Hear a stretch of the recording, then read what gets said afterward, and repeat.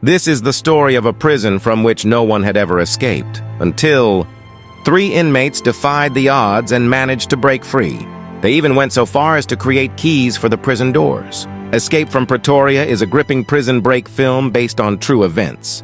It tells the story of Tim Jenkin and Stephen Lee, 2 young white South Africans who were imprisoned for their activities against apartheid. The film is set in the late 1970s during the height of South Africa's apartheid regime, a time when white people enjoyed full privileges, while the black majority suffered systemic oppression. In this climate, Tim and Stephen, both university graduates, are determined to fight injustice through peaceful means by secretly spreading awareness. The story begins with a tense but quiet scene where Tim and Stephen prepare for a political protest. Their protest is not through violence but words.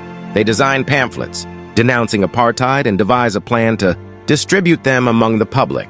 Disguised, they plant small explosive devices in public places, not to harm anyone, but to scatter pamphlets into the air and provoke thought.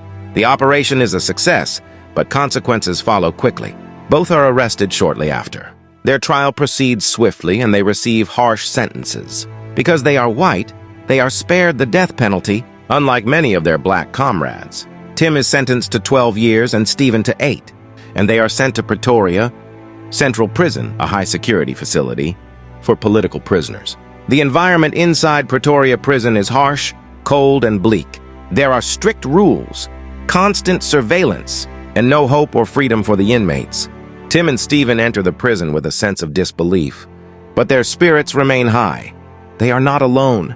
Inside, they meet other political prisoners, including the stern and cautious Leonard Fontaine and the experienced activist, Dennis Goldberg. Fontaine and Goldberg are initially wary of the young men's enthusiasm and plans.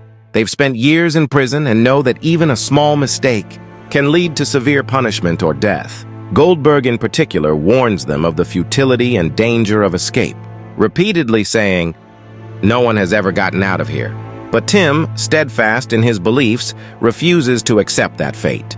Tim is constantly observing, studying the guards' routines, the locking mechanisms, the structure of the doors, and every small detail. A complex puzzle begins to form in his mind. How could anyone escape from a prison designed specifically to contain political threats? In the solitude of his cell, Tim begins experimenting. With limited resources, he carves a wooden key. This act becomes the heart of the story. He creates dozens of wooden keys, each designed for a specific lock or door in the prison. It's a delicate, exhausting, and extremely dangerous task.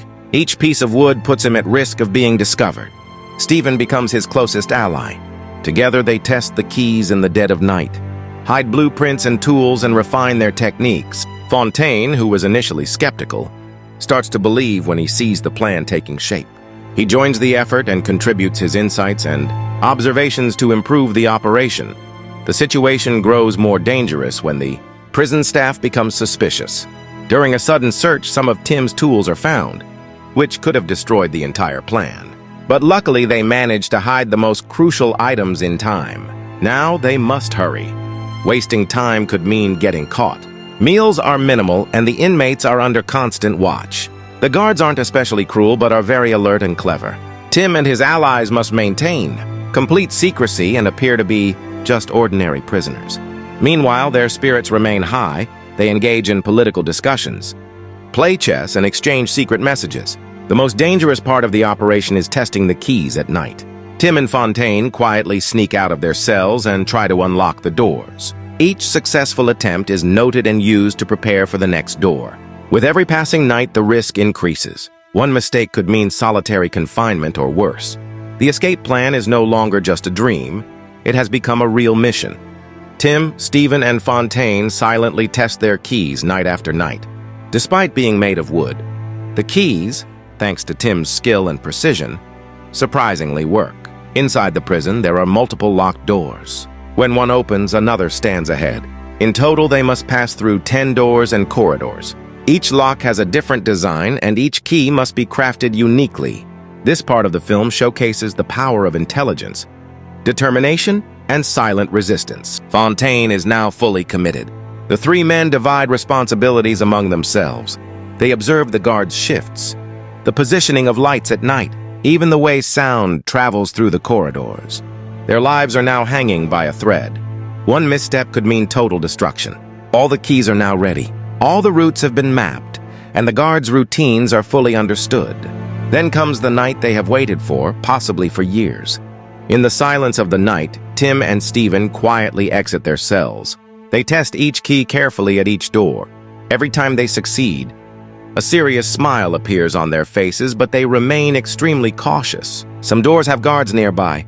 Luckily, they find them asleep and pass by quickly. After unlocking the last door, they step out of the prison building, but the danger isn't over yet. Now they must avoid detection by the guards and reach the main prison gate. They reach the final gate, the biggest and most crucial door that secures the entire prison. This lock is different from all the others, and their wooden key struggles to work. Tim is drenched in sweat. Stephen is breathing heavily, and darkness surrounds them. For a few terrifying moments, it feels like all is lost. But at last, the key works.